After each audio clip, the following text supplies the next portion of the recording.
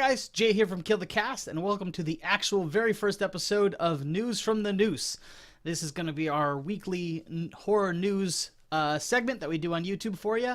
Talk about horror-related stuff, give you some information about what's coming out, and just have a good old time. So let's get right into our first story. Unfortunately, Ash vs. Evil Dead, the Evil Dead series that airs on Starz, has been canceled. My guess is probably not making enough money, unfortunately.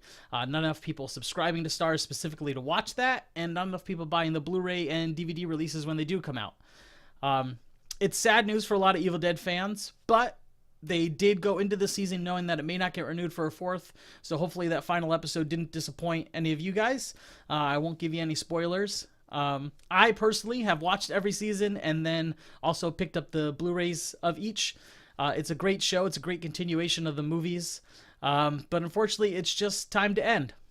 In addition to the show ending, we've got Bruce Campbell, who announced that he's going to actually retire the character. So when the show ended, people were like, oh man, maybe we'll get another Evil Dead movie. But he said he's going to retire the character. He made a post about it on Facebook from his official Facebook. This isn't a lie. I'm going to read that to you now, and I'll also have it up on screen so you can see it. So excuse me while I look at my phone. It says, "Good people, Evil Dead fans everywhere, I bid you a heartfelt farewell playing Ash, the character I took acting lessons with for 39 years. I am hereby retiring from that portrayal. It's time. I followed Ash from his formative years through his midlife crisis and decline. What a thrill, what a privilege. We had a great resurgence with the help of Starz. Kudos, not jeers, folks. They made it possible for 15 more hours of Evil Deadness in your life, the equivalent of 10 more features. Is Ash dead? Never. Ash is as much a concept as a person. Where there is evil in this world, there must be one to counter. Man or woman, it matters not. Thanks for watching. Love, Bruce." So I personally absolutely love that message. It's great for the fans. And what it does is it allows the person who's been the character for the last forever to open it up. In the Evil Dead remake, the person who was Ash's representation, the representation of the Ash character, Mia, is a female, and it's way different. She actually ends up being possessed for most of the movie, which is cool. So I really would personally like a continuation of those movies with Mia as the main antagonist. I know when it first came out, there was wild news about it being an alternate universe, and eventually after the show they were going to cross over, and it was going to be this big huge thing with like Evil Dead and the Evil Dead. But as Bruce has said, the character's being retired, his version of the character. So with the remake being as good as it was, and being actually the goriest movie ever made, using the most amount of fake blood in any movie, Dead Alive being second, and I think Kill Bill's on that list somewhere, even though it's not a horror movie. I think it's a great time to continue with that character. There's definitely some stories they can tell. They don't necessarily have to remake Army of Darkness, because the Evil Dead remake kind of put 1 and 2 together. They don't really have to do Army of Darkness. They can just do more stories from the Evil Dead universe involving this Mia character and the Necronomicon. I think that'd be great. That's just my opinion. So yeah, that's the news for this week. That's the major news story for this week, is that Ash vs. Evil Dead has been canceled. Ash is retiring the character. The Tremors TV show has also been canceled before it even started. They're going to make a Tremors TV show. Kevin Bacon was rumored to return, and they decided against it. Probably just couldn't get enough backing. But yeah, that's it. So yeah, those are the major news stories for this week. Right now I'm going to take a break. I'm going to send it over to my buddy Jerry. He's going to tell you about some upcoming Blu-ray releases that you guys should take a check. You guys should keep an eye out for. So yeah, here's Jerry. Thanks, Jay. Hey everyone, my name is Jerry, as you just heard, and I'm going to give you some announcements. This is our Blu-ray or DVD announcements. So let's get into it. And I want to start with my favorite out of all these announcements. I've been waiting so long to get a date for this, and that is Monster Shark, aka Devilfish, if you're a Mystery Science Theater 3000 fan. That is coming out July 3rd. From Code Red, being distributed by Kino Lorber, so I'm pretty excited about that. August 27th, we have a bunch of movies dropping from 88 Films. Now, you may have to be region-free for these, but if you are in luck. We've got 1987 Surf Nazis Must Die. That is a trauma film, if you couldn't tell from the title. We also have 1975's Eyeball by Umberto Lindsay. So for all you Giallo fans, that is one to pick up. We also have 1986 Dead Time Stories. If you like anthologies like Creepshow, you're going to want to get this one. We also have, in July, we've got 1987's Bad Dreams. I have not heard of this movie. I have not seen it. But I am told if you like A Nightmare on Elm Street, this is a movie for you. Next, we are moving into September with Swamp Thing from 1982, directed by Wes Craven. Now, with this one, we do not know if it is region free, and we do not know if it's going to use the uncut version or the PG-13 one. So we'll have to wait on that. Next up in July, we've got Doom Asylum, 1987 from Arrow. I don't know this movie, but I've seen a lot of big names in the podcasting community say that they're excited about this one. So if Daisy likes it and Brian Sammons likes it, I guess I'm going to have to check it out. We also have The Case of the Scorpion's Tail, another Giallo film. This one from Sergio Martino, his second one. If you don't know him, you maybe have seen his Giallo Torso, which is fantastic. So I'll be definitely looking forward to this one. Next we have in August, The Unborn from 1991. Now, 90s is a decade that people either love or hate in horror. And I don't know how I feel about this one, but I'm excited to see it because it's coming out from Scream Factory. And Rodman Flinder, who directed Idle Hands, also directed this. Also, Lisa Kudrow's in it, and I'm down for anything with Lisa Kudrow. And then Scream Factory this summer is also bringing us 3 more steelbooks. That would be Army of Darkness, The Howling, and Life Force. Now, I already have The Howling, but the case is so good, I will most likely double dip for that. I do not have Life Force, which is by Texas Chainsaw Massacre's director. If I need to say that name for you, you need to get off this channel. So I'm excited to see that one. And then Army of Darkness, I've always wondered which version to get. I just have like the cheap Screwhead edition, so maybe it's time I upgrade to the Scream Factory one. This might be the perfect time for it. And we will leave this with upcoming Blu-ray releases that are actually getting released this coming week. So May 1st, we've got Tremors, A Cold Day in Hell. And we also have Winchester. Now, I love Tremors movies, so I will probably pick that one up. Winchester did okay in the theaters, and I heard some decent stuff, so maybe that'll be one I grab. And then May 8th, we have The House That Dripped Blood from Scream Factory. If you need that classic horror, you got it. And we also have Return of Swamp Thing coming from NVD Rewind Collection. So, it's looking like we got some good stuff. Kind of light, but the next week after, we have some good stuff coming from Arrow. So, with that being said, those are what got announced this week. These are some of the Blu-rays that are coming out this upcoming week. And with that said, I'm going to pass it right back to Jay. All right. Thanks, Jerry. That's some great titles coming out, so keep an eye out for those. I do need to add in really quick, and he'll talk about these more in the next episode, but Brain Scan and Return of the Living Dead 2 have both been announced by Scream Factory. Return of the Living Dead 2 has the original soundtrack, which is a huge reason people have not been wanting it to be released, is because they couldn't get the rights to the soundtrack, but they did. So I'll let him talk more about that next time, but that's just some breaking news that took place between the time he recorded his segment and the time I recorded my segment. So yeah, keep an eye out for that. As far as in the theater goes, we've got Traffic is currently in the theater. This is a thriller. It looks pretty by the numbers, but it has some great actors in it, so you may want to check out the trailer for that. But upcoming this Friday, and this is one I do want to talk about, is Bad Samaritan. Again, it looks like a thriller, doesn't look like super gory, and it's not supernatural, but it stars David Tennant. And so I'm really excited about that. If you ever watched the Marvel Netflix shows, you saw Jessica Jones and you saw David Tennant play the Purple Man. He's not really purple in the series, but he plays an amazing bad guy. So let me show you a clip from the trailer really quick, and then we'll be right back. Welcome to Nino's. That's a beautiful car, sir. Yeah? Don't touch it. Navigating home. Oh, you beauty. Yo, talk to me. Black card. Shut up, Doc, for real? Yeah. Everything cool on your end, yeah? They're just getting their salads now, man. Just checking here.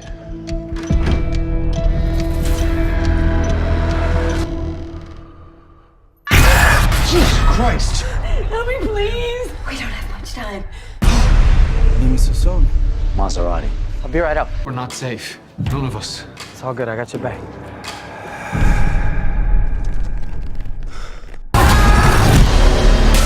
You're crazy. You know that. Crazy people get caught. You know why you're not in their little jail right now? Because you're in mine.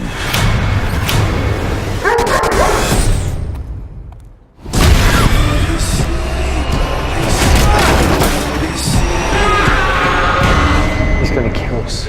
This movie looks awesome.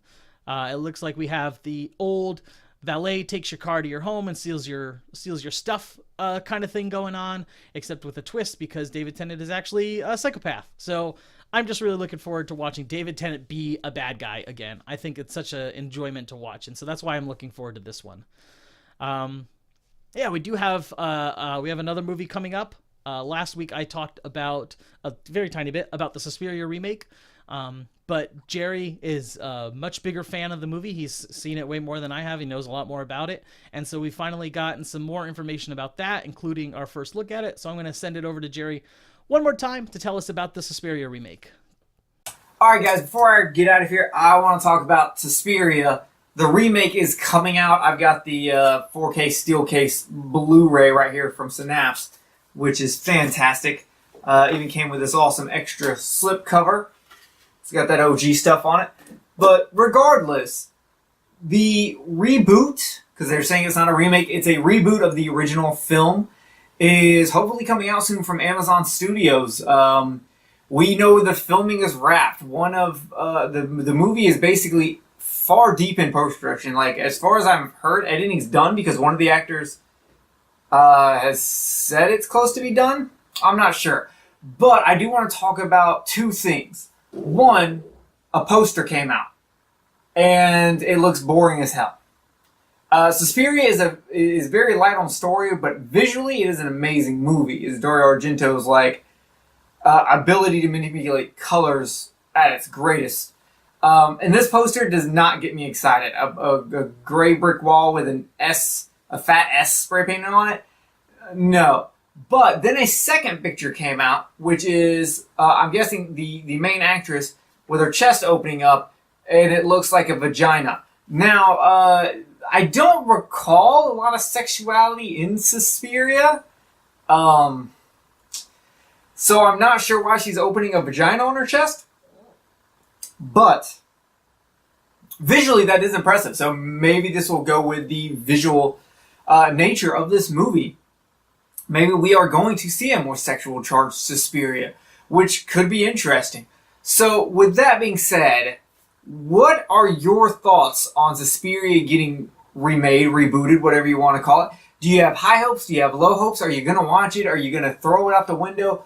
What are you going to do? Because I want to know. I'm going to watch it just because, everyone's got a movie that they don't want remade. Mine is Jaws. But Suspiria is not that movie for me. So, I'm interested to see what they do. I want to know how they're going to do it. It's big shoes to fill. So, with all that, I got to see what happens. I mean, hell, one of the actresses said she needed therapy after filming. So, that's got to be pretty intense, right? Well, regardless, I'm going to watch it. Let me know in the comments if you're going to watch it and where your expectations lie.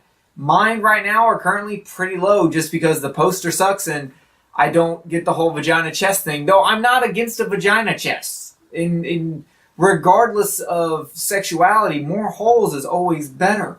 So, I think that's it, Jay. Right. Take it back, man. Now that Jerry's told us about the Suspiria remake, I do have a segment that I'm going to try and include each time. Maybe not as big, but I want to talk about some streaming recommendations. Every day in my group, someone asks, what's showing on Hulu? What's showing on Netflix? What's on Amazon Prime? So what I did was I pulled a couple movies from each of the three major streaming services that I think you guys should check out. Not necessarily new, not necessarily old. I'm probably going to avoid saying the classics, like Hellraiser is available on Netflix, but if you haven't seen Hellraiser, then I don't know what to do for you. But yeah, so let me go over those now. For on Netflix, the three I recommend are The Void, Would You Rather, and Stitches. So The Void I've talked about before. I did a straight to the kill on.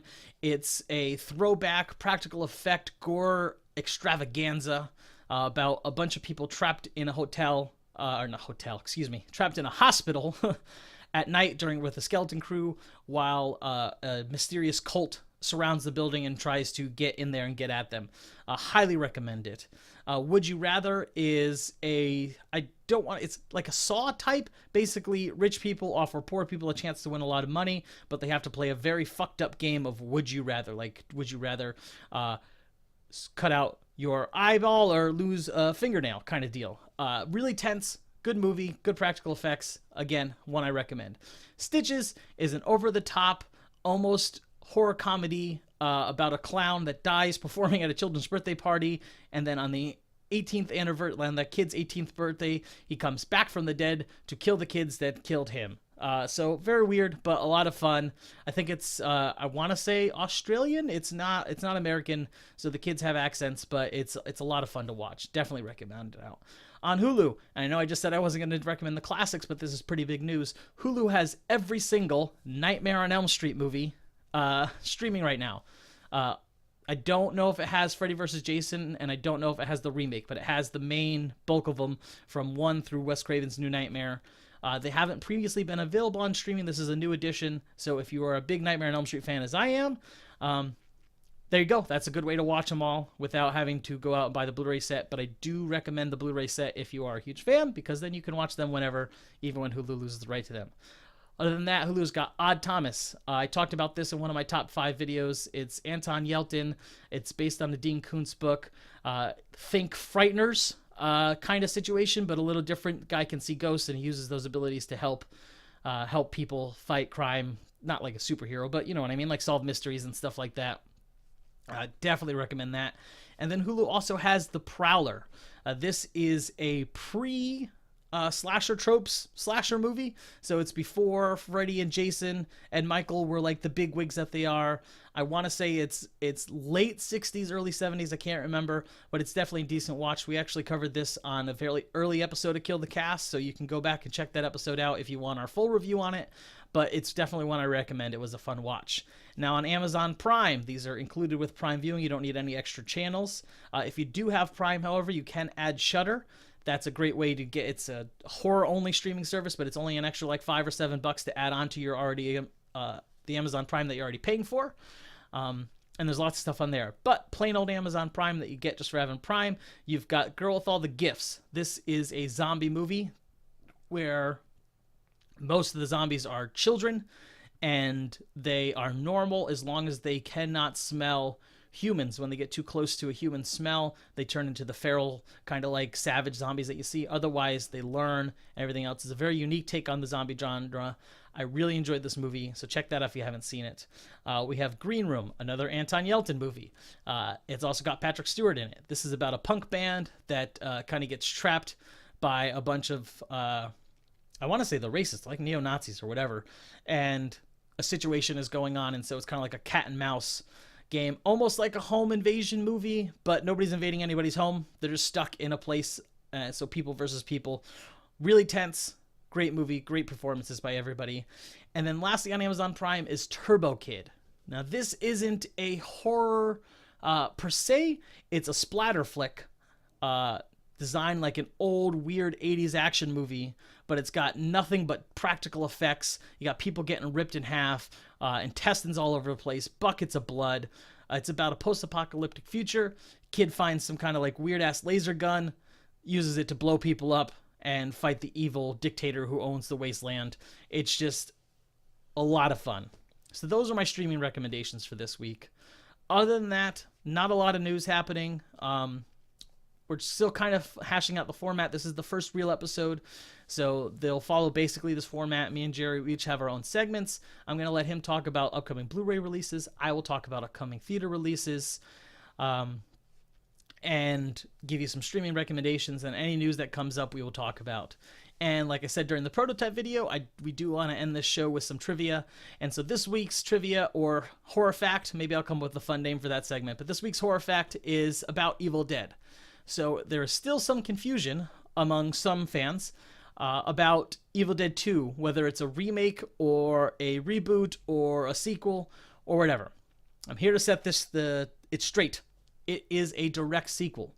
The opening scene where they rehash the first movie is different because Sam Raimi did not have the rights to use the footage from the first Evil Dead. He wanted a recap. He felt a recap at the beginning of the second movie was absolutely necessary. So they summed it up by filming new scenes, and they put it at the beginning of the movie. So that's why it feels like a rehash. The actual movie, if you take away that opening rehash, if you watch them back to back and remove the rehash, the actual movie starts as Ash is flying through the woods, which is exactly where we left off in the first one. So if you watch Evil Dead 1 to the end, and then you watch Evil Dead 2 from the point where Ash is falling through the woods, the whole thing makes a lot more sense. So try not to worry too much about the rehash, but that is our little horror fact for the week, is that Evil Dead 2 is a direct sequel. The rehash was due to copyright issues, and that's why it's so weird and confusing. So that's it from us, guys. Thanks for giving the show a watch. I hope you enjoyed it. I hope it's not too long. I hope it's entertaining. Leave us comments. Let us know what you want to see. If you have an idea for a segment, let us know. If it's something we can work in, then we will. If there's some kind of specific information you're looking for each week, let us know. But I'm having a lot of fun making these. I had a lot of fun making the prototype, and I'm having a lot of fun making this one right now. We'll see you guys next week. Thanks for watching. I love you, and I'll talk to you again soon.